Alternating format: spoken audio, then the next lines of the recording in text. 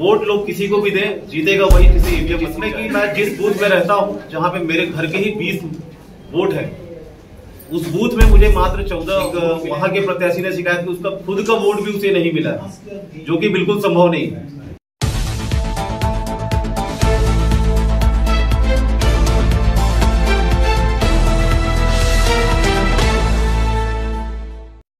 तीन राज्यों में बीजेपी की जीत के बाद ईवीएम एक बार फिर सवालों के घेरे में। मैं बताना चाहूंगा, इसमें भी मैं जवाब देता हूं आपको। मैं 3 राज्यों में चुनाव हारने के बाद एक बार फिर ईवीएम पर सवाल खड़ा होने लगा है। दुर्ग जिले के दुर्ग ग्रामीण विधानसभा से आम आदमी पार्टी प्रत्याशी ने जहां ईवीएम पर बड़े सवाल खड़े किए हैं, इसके साथ ही मतगणना स्थल पर चल रही मनमानी को लेकर उन्होंने निर्वाचन अधिकारी को शिकायत पत्र भी सौंपा है, जिसको लेकर आज उन्होंने प्रेसवार्ता कर पत्रकारों से चर्चा करते हुए ईवीएम में गड़बड़ी की आशंका व्यक्त करते हुए गंभीर सवाल उठाए। पता होगा कि हाल ही में 3 दिसंबर को मतगणना हुई है ईवीएम मशीन के माध्यम से, जिसमें ढेर सारी गड़बड़ियां हर राज्य में, चाहे वो छत्तीसगढ़ हो या मध्य प्रदेश हो या फिर राजस्थान की बात हो, हर जगह लगातार शिकायतें हो रही है। उसी प्रकार की शिकायत दुर्ग ग्रामीण विधानसभा से भी हमने आपके निर्वाचन अधिकारी महोदय को दुर्ग ग्रामीण में दिया है शिकायत, जिसमें कि मैं जिस बूथ में रहता हूं, जहां पे मेरे घर के ही 20 वोट है, उस बूथ में मुझे मात्र 14 वोट मिले हैं। ये बहुत ही बड़ा प्रश्न है और बहुत ही बड़ा संदेह पैदा करता है ईवीएम मशीन की जो गुणवत्ता है, और उसके भरोसे पर एक बड़ा ही प्रश्न उठाता है कि अगर इसी तरह से ईवीएम मशीन से अगर मत की गणना होती रही तो निश्चित है कि लोकतंत्र की हत्या हो ही जाएगी। वोट लोग किसी को भी दें, जीतेगा वही जिसे ईवीएम मशीन चाहेगा। इसी प्रकार की एक शिकायत आप लोगों ने देखा होगा कि धमतरी के कुरुद विधानसभा से एक वहां के प्रत्याशी ने शिकायत की उसका खुद का वोट भी उसे नहीं मिला, जो कि बिल्कुल संभव नहीं है। तो ये बहुत ही बड़ा सवाल उठता है चुनाव आयोग के ऊपर भी। कहीं ना कहीं चुनाव आयोग का भी इसमें हस्तक्षेप नजर आता है। प्रत्याशी का वोट उसे खुद उसके बूथ में नहीं मिला, ये बहुत ही बड़ा प्रश्न है। और जबकि उस बूथ में उसके परिवार के ही 6 लोग, उसके अलावा उसके समाज के 140 से अधिक लोग निवास करते हैं। पटेल है उसका नाम? जी, नाम लिखना पड़ेगा जी, आप नाम बाद में लिख लीजिए। तो बात सीधे यही कहना है कि अभी तक जो भी चुनाव आयोग ने फैसले लिए, चुनाव आयोग बहुत ही कड़े नियम बनाती है कि चुनाव के प्रचार में ये नहीं होगा, कोई किसी प्रकार का शराब वितरण नहीं होगा, कोई साड़ी नहीं बांटेगा, कोई पैसे नहीं बांटेगा, होते सारी चीजें। इसकी शिकायतें हमने लगातार की है दुर्ग ग्रामीण से, इस पर भी कोई कार्रवाई नहीं हुई।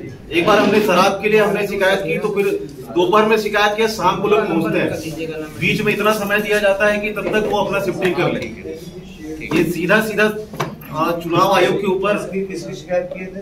एक जगह पे हमें शराब किसी घर में रखे जाने की हमें जानकारी मिली थी, जिसकी हमने जानकारी दी, और 6-7 घंटे बाद वहां पे जांच करने के लिए जांच की टीम पहुंचती है, जो कि बिल्कुल संदेह दर्शाता है चुनाव आयोग के ऊपर। और सबसे बड़ा सवाल ईवीएम मशीन पर यही है कि ईवीएम मशीन बिल्कुल ही विश्वास पात्र नहीं है।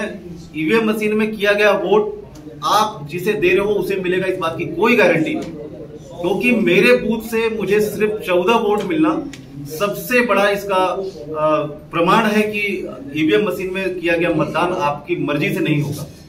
वो जिसे देना है वो बीजेपी डिसाइड करेगी, ईवीएम डिसाइड करेगा।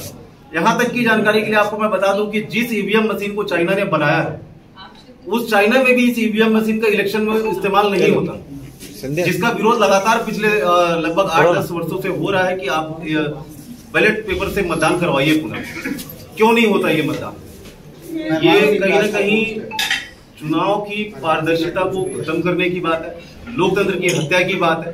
कहीं ना कहीं बहुत बड़ी साजिश चल रही है देश में, जिसमें लगातार बीजेपी कामयाब होते जा रही है। इसका साजिश का सबसे बड़ा उदाहरण लगभग साल भर पहले जो गुजरात, दिल्ली और हिमाचल प्रदेश में जो इलेक्शन हुआ था, सभी को संतुष्ट करने की नियत से गुजरात के अंदर जिस तरीके से बीजेपी एक बहुत बड़े सीट से बहुमत से सरकार बनाई, वहां पे हिमाचल प्रदेश कांग्रेस को दे दिया गया जानबूझकर कि भाई वो ऑब्जेक्शन न कर सके। आम आदमी पार्टी को दिल्ली का एमसीडी दे दिया गया कि आप भी चुप रहो, ईवीएम पे सवाल न खड़े करो। उसी प्रकार से इस बार भी हुआ है। आप ये बताएंगे ईवीएम को लेकर, आप बता रहे हैं, क्या कुछ कहना चाहते हैं? ईवीएम पर देखिए बहुत ही बड़ा संदेह है। ईवीएम बिल्कुल सही तरीका नहीं रहा देश में चुनाव होने का। ये बिल्कुल प्रमाणित हो चुका है। इस बार ईवीएम मशीन से जो भी चुनाव हुए हैं, छत्तीसगढ़ राज्य के अलावा मध्य प्रदेश, राजस्थान में भी ईवीएम के लगातार कहीं ना कहीं भ्रष्टाचार के मामले, शिकायत बहुत अधिक दर्ज हुए हैं। इस बार ये आज ईवीएम को लेकर प्रेस कॉन्फ्रेंस करने का या मीडिया के सामने मुझे अपनी बात रखने का इसलिए हिम्मत हुआ कि आपको बताना चाहता हूं कि दुर्ग ग्रामीण विधानसभा से मैं चुनाव लड़ रहा था। बूथ क्रमांक 193 में मेरा खुद का मतदान, मेरे परिवार वालों का मतदान था। 20 से अधिक मतदाता मेरे परिवार में वहां पर हैं। जो लोगों ने मतदान किया और मात्र 14 वोट मुझे मिला है, तो सबसे बड़ा संदेह यहीं पर उत्पन्न हो जाता है कि 14 वोट मिलना 20 लोगों के मतदाता होने के बावजूद भी, हालांकि 50 से अधिक लोग ऐसे तैयार हैं जो लोग आकर खुलेआम आज भी बोल सकते हैं बीजेपी के जीतने के बाद भी कि उन्होंने मुझे उस बूथ से वोट किया है। लेकिन ये 20 मतदान तो मैं पूरे आश्वस्त हूँ, मेरे घर के मतदाता हैं, तो निश्चित ही कि मुझे ये पता है कि वो 20 वोट मुझे मिले। धमतरी जिले के कुरुद विधानसभा में आप देखा होगा कि वहाँ के प्रत्याशी को उसके परिवार सहित, उसके समाज सहित, उसके खुद का भी वोट उसके बूथ में उसे नहीं मिला। ईवीएम मशीन पर इससे बड़ा प्रश्न कुछ नहीं हो सकता कि प्रत्याशी खुद भी अपना वोट अपने आप को ना किया हो, ये बिल्कुल नहीं हो सकता। उस प्रत्याशी ने भी शिकायत दर्ज कराई है चुनाव आयोग को, मैंने भी शिकायत दी है निर्वाचन अधिकारी को। आगे हाईकोर्ट तक जाऊंगा, हाईकोर्ट से भी जो निष्कर्ष निकलता है उसके बाद सुप्रीम कोर्ट तक अगर जाना पड़े तो निश्चित जाऊंगा। लेकिन इस लोकतंत्र की हत्या होते हुए मैं नहीं देख सकता। निश्चित इसके बारे में मैं आवाज़ उठाता रहूँगा। ईवीएम में किस प्रकार की गड़बड़ी हुई है? तकनीकी गड़बड़ी है या कुछ मतलब प्रशासनिक गड़बड़ी किया जी? गया? देखिए ये तकनीकी गड़बड़ी बिल्कुल नहीं मान सकते। तकनीकी गड़बड़ी एक जगह दो जगह हो सकती है, लेकिन पूरे छत्तीसगढ़ में ही ये माहौल है। आप देखिए पूरे अन्य दल जिनका वोट प्रतिशत कुछ ना कुछ रहा करता था, हर बार इस बार अन्य दलों का वोट प्रतिशत बिल्कुल जीरो है। आप पूरे छत्तीसगढ़ में ऐसा बीजेपी ने ऐसा कौन सा काम कर दिया पिछले 5 सालों में कि उन्हें अचानक से सत्ता मिल गई फिर से?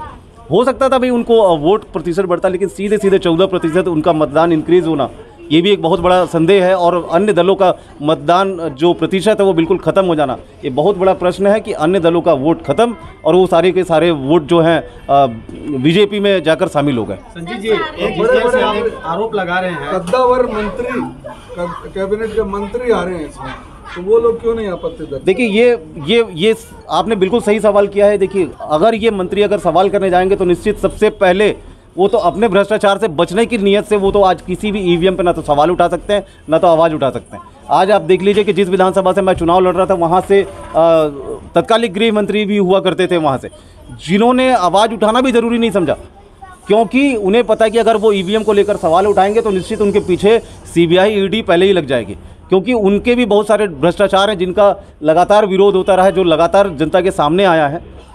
प्रदेश में जो मंत्री जी थे, मुख्यमंत्री जी थे, उन्होंने भी इस पर आवाज़ उठाना ज़रूरी नहीं समझा, क्योंकि उन्हें भी पता है कि जो सीजीपीएससी घोटाला, शराब घोटाला और उसके अलावा अन्य ढेर सारे ऐसे घोटाले हैं जो कि खुलकर जनता के सामने आए। इन सारी चीज़ों पर बचे रहना है तो इन्होंने ईवीएम मशीन के ऊपर आवाज़ उठाना और ईवीएम मशीन के लिए आवाज़ उठाना, चुप रहना ही बेहतर समझा इन्होंने। आपका सवाल है कि ईवीएम मशीन में घोटाला हुआ है जिस तरह से, तो फिर कुछ जो सीटें निकल करके आई है कांग्रेस के पक्ष में, तो पूरी सीटें तो बीजेपी को चली। देखिए ये एक प्रकार से बहुत ही बेहतरीन और सोची समझी साजिश है। जैसा कि आपने पिछली बार गुजरात के चुनाव के समय देखा, उस समय में 3 राज्यों में चुनाव था, गुजरात में, हिमाचल प्रदेश में और दिल्ली में। तीनों जगह सबको संतुष्ट किया गया है, लेकिन एक बड़ा राज्य गुजरात था, वहाँ पे पूर्ण बहुमत से बीजेपी आती है। हिमाचल प्रदेश में कांग्रेस को दे दिया गया, दिल्ली के अंदर पंजाब को एमसीडी का जीत दे दिया गया। लेकिन ईवीएम मशीन के ऊपर ध्यान किसी का इसलिए नहीं, क्योंकि इस तरीके का जो निर्णय बनाया जाता है इसलिए बनाया गया है कि अगर ईवीएम मशीन पे कोई सवाल उठाएगा तो सबसे पहले वो ये जवाब देगा कि भैया यहाँ पे तो तुम्हारी कांग्रेस की गवर्नमेंट बनी है, यहाँ पे तो तुम्हारी आम आदमी पार्टी की गवर्नमेंट बनी है। इन सवालों से बचने की नीयत से, जैसा कि अभी आप छत्तीसगढ़ के अंदर, छत्तीसगढ़ के अलावा एक राज्य और में, तेलंगाना में भी चुनाव था, आपने देखा कि वहाँ पर कांग्रेस की गवर्नमेंट बन रही है। अब कांग्रेस सवाल उठाए तो उठाए कैसे, क्योंकि एक जगह तो उनकी सरकार बनी है। तो ये संजीव जी, एक सवाल ये भी उठता है कि हार से आप बौखलाए हुए हैं और इस तरह जी देखिए, हार जीत तो चुनाव में निश्चित है, एक ही व्यक्ति जीतेगा चुनाव, और हार से बौखलाहट मेरी नहीं है।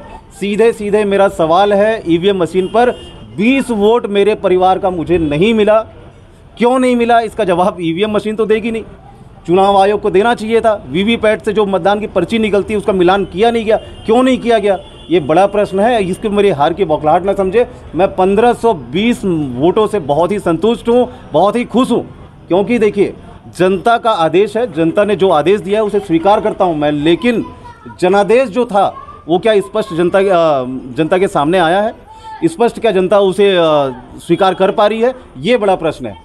क्योंकि ईवीएम मशीन अगर सही होता तो ये मेरा सवाल आपके सामने मेरा ये जो मीडिया के सामने आकर बोलना ये बिल्कुल नहीं होता।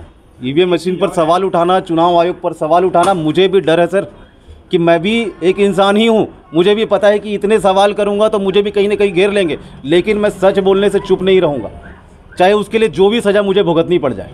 एक चीज़ और है कि ईवीएम पर लगातार शुरू से सवाल उठते रहे, लेकिन विधानसभा चुनाव से पहले जब यहाँ पे था तो यहाँ पे किसी भी पार्टी ने या आपकी भी पार्टी ने इसका विरोध क्यों नहीं किया? देखिए, ईवीएम का विरोध हुआ है सर, लगातार ईवीएम का विरोध लगातार हुआ है, लेकिन विरोधी स्वर हमेशा दबे हैं जब से बीजेपी का कार्यकाल केंद्र में है। कोई भी विरोधी स्वर जो भी जनता के हित में जो बात होती है उसको लेकर कोई भी आज तक अपनी आवाज़ बुलंद नहीं कर पाया है। इसके पीछे का सबसे बड़ा कारण ये है कि आज के डेट में आप देख लीजिए, वो मीडिया भी हम लोग फॉलो नहीं कर पाते। आप जैसे पत्रकारों का ही एक छोटा मोटा सहयोग रह गया है कि आपकी वजह से हम कुछ बातें अपनी रख पा रहे हैं।